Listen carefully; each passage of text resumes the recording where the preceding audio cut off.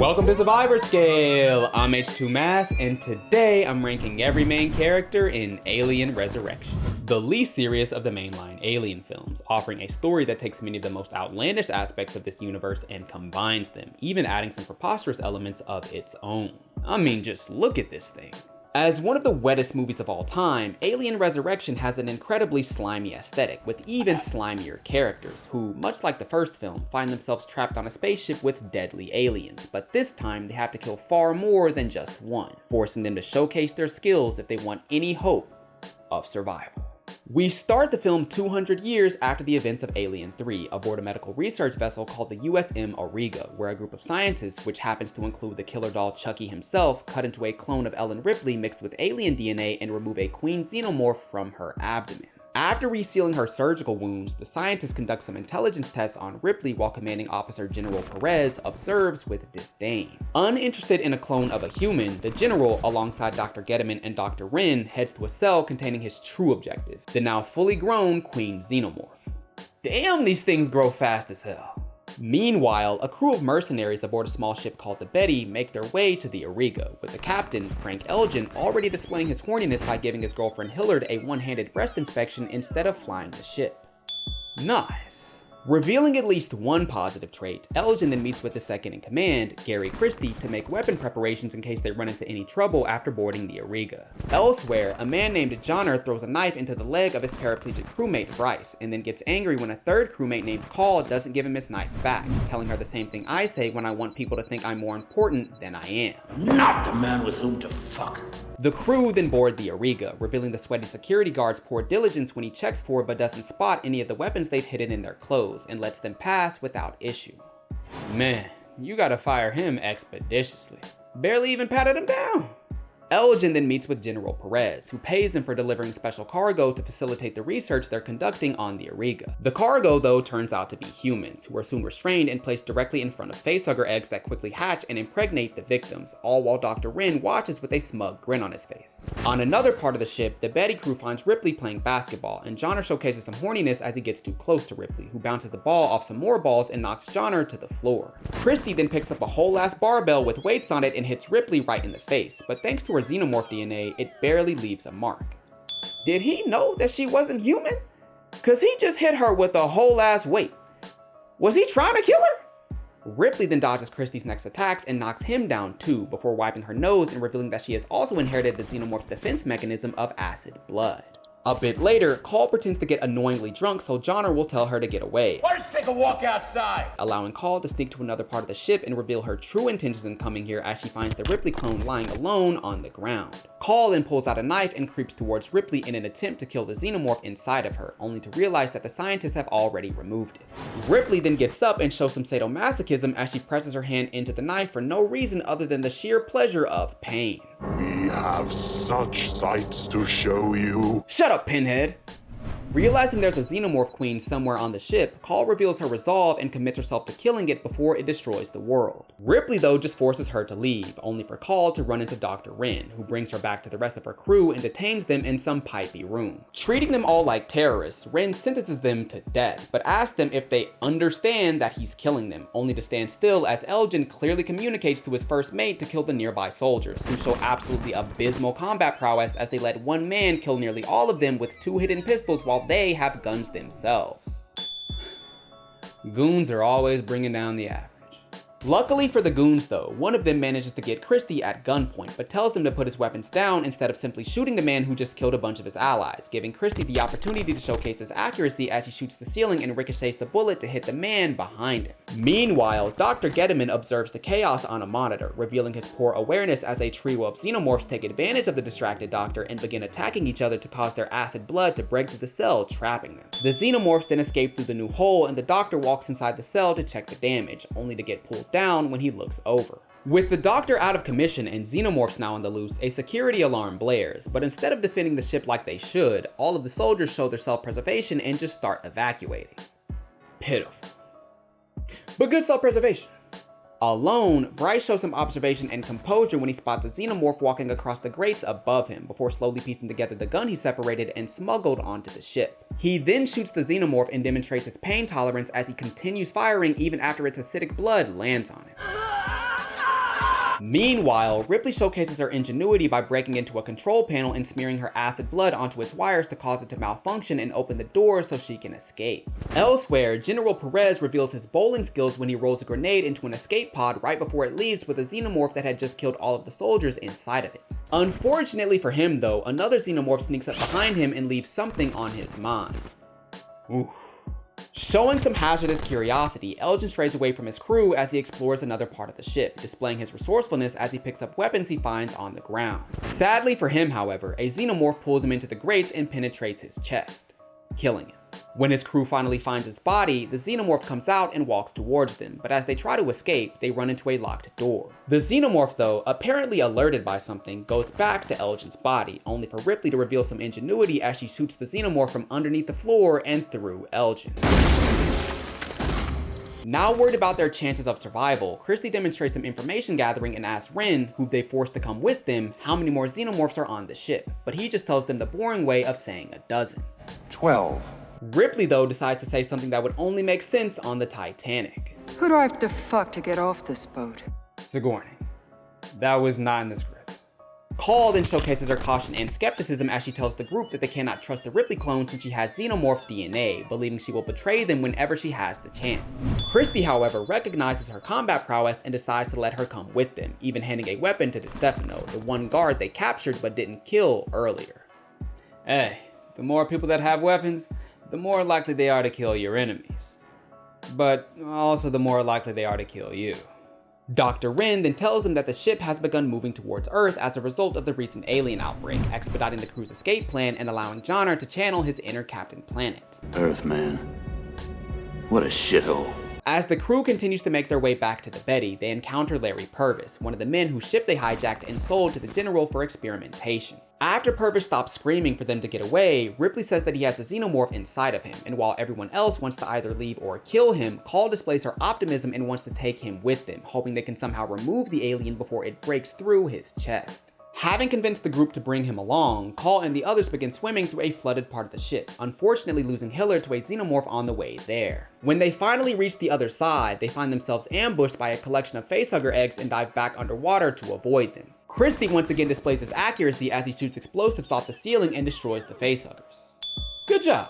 Everyone then begins climbing to reach the next room, but Ren reveals his deception by acting like he can't unlock a door, asking for Call's gun to open the control panel. Showing her naivete, Call simply gives him her weapon, which he uses to shoot her off the ledge before running away and closing the door behind him.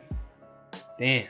Meanwhile, Christie carries Vriess on his back as he climbs a ladder, but a xenomorph soon begins following them. Christie then starts shooting at it, but decides now is the perfect time to start missing every shot, allowing the xenomorph to spew acid in Christie's face and cause him to let go of the ladder. Luckily though, Vriess has the strength of an ox and manages to hold on long enough for Johnner to bend backwards and also miss the xenomorph a bunch of times before finally killing it. Hooray! As Vriess struggles to hold on with the weight of Christie and a now dead xenomorph on his back, Christie decides not to simply shake off the xenomorph from his foot, but instead detach himself from Vriess and fall into the water below him, presumably dying. Damn. Let's talk about Christie. As the Betty's second in command, Christie showcases strong leadership qualities, taking unquestioned control of the crew when Elgin dies. He also displays an ability to come to his own conclusions rather than simply falling victim to the whims of those around him, allowing Ripley to join them as they travel back to the Betty instead of leaving her as Call suggested. Physically, he demonstrates the strength to carry another person for an extended period of time, potentially allowing him to increase the survival chances of injured allies in other horror movies. His accuracy with guns also bodes well for him in scenarios that include them, but his poor showing against the xenomorph shortly before his death may contradict this, especially since he decided to drop to his death instead of simply removing the xenomorph from his foot. All in all, Christie has an impressive skill set, sending the strong shooter who shot on a ship to B tier. With nowhere else to go, the remaining crew members appear defeated, but soon hear a door opening and miraculously find Call on the other side. Only a robot could survive a shot like that. After learning that Call is actually a robot, the crew force her to patch into the system and take control of the ship. Meanwhile, as a few of the survivors try to pry a door open, Purvis begins acting like someone who smoked for so long that you question if they have lung cancer every time they start coughing. Hey, yo, you good? I feel good. Are you sure? The group then starts moving towards the Betty again, but as they get close, an alien pulls Ripley into a lower level and brings her to the Queen. Leaving Ripley behind, the rest of the group finally reach the Betty, only to run into Ren, who takes Call hostage and orders everyone on the ship to land the Auriga safely on Earth. Purvis though shows some resolve and starts running towards Ren as the xenomorph begins breaking through his chest, not stopping even as he gets shot. He then pulls Ren's head to his chest and allows the xenomorph to burst all the way through his face. Fatality. Damn! At the same time, Ripley sees the Queen, who has developed a human-like reproductive system thanks to her connection with Ripley and is now giving live birth to an entirely new type of xenomorph. When the incredibly wet creature finally comes out though, it sniffs the Queen, hates the smell, and smacks her head off. The newborn then sniffs Ripley, and treating her like its true mother, licks her face with its nasty, long, wet-ass tongue before walking over to Dr. Getterman trapped in a cocoon and biting into his head like an ice cream cone. Yummy. Taking advantage of this distraction, Ripley sneaks away and then runs to the Betty, barely making it before they leave. As Ripley eagerly sits down to show that she can still fly a ship, Call goes into the back to close the cargo hatch, but unfortunately runs into the newborn, who tries to attack Call but can't reach her when she hides in a crevice. DeStefano then goes to help Call with the cargo hatch, but doesn't realize that there's an alien aboard as well, and ends up getting his head juiced like a pomegranate. Leaving Vriess to fly the ship alone, Ripley becomes the next contestant to try her luck with the newborn, and fortunately for her, the newborn doesn't attack her, but instead rubs its face against hers. Showing some ingenuity, Ripley throws some of her blood onto a small window, creating a powerful vacuum that begins pulling everything towards it, giving the newborn its first and last experience with a glory hole as it gets sucked to death, its entire body shredded through a tiny hole as it screams in pain. I can't even lie, man. That was pretty sad. It was screaming in pain, its eyes, it just wanted its mom to help. With Vriess barely managing to fly the ship, the last survivors reach Earth. A real shithole. Is that the Eiffel Tower? Well, time to rank. First off, we have Vriess, who may not have use of his legs, but whose arms more than make up for it, allowing him to demonstrate a level of strength far beyond the vast majority of characters as he holds up an adult man and a xenomorph at the same time. He also has good piloting skills, which may not always be important, but clearly show their value in this movie when he landed the Betty on Earth despite seemingly not understanding what the hell he was doing at first. Right, I just need to find the vertical thrust lock. All this, in addition to his noteworthy composure, leave the pumped up paraplegic who protects and pilots in B tier. Next up, we have Call, an android made by androids. You're an autot.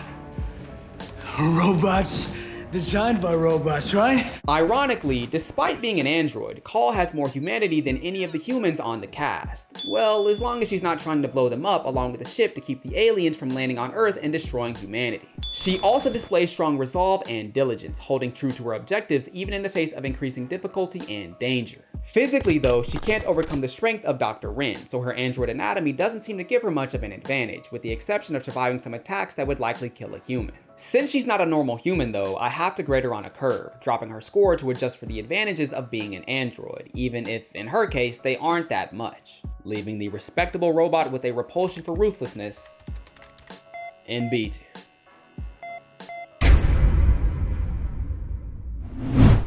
Finally, we have the 8th and only successful clone of Ellen Ripley, who I initially considered not putting on the scale because she's not entirely human, possessing xenomorph DNA that gives her enhanced strength and senses and makes her an unfair point of comparison to normal humans. However, much like Call, I decided she's too important to leave off the scale, but I'll grade her on an arbitrary curve as well, adjusting her score to account for the advantages she has. With that said, Ripley 8 displays a variety of strong attributes, particularly her ingenuity, which enabled her to kill multiple xenomorphs, including one that managed to kill a queen.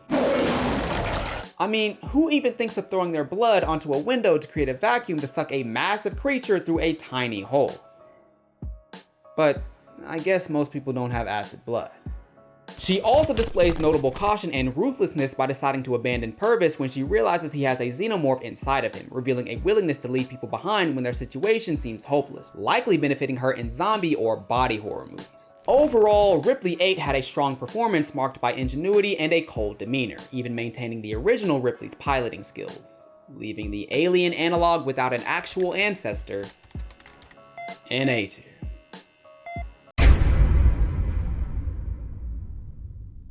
But that's it. The average ranking for this cast was B tier, with those so-called soldiers pulling down the miscellaneous category and nobody else doing much to pull it back up. Alien Resurrection may have a lot of flaws, but I gotta say, it wasn't quite as bad as I remembered, though it still wasn't very good. It was wet though. Thanks for watching.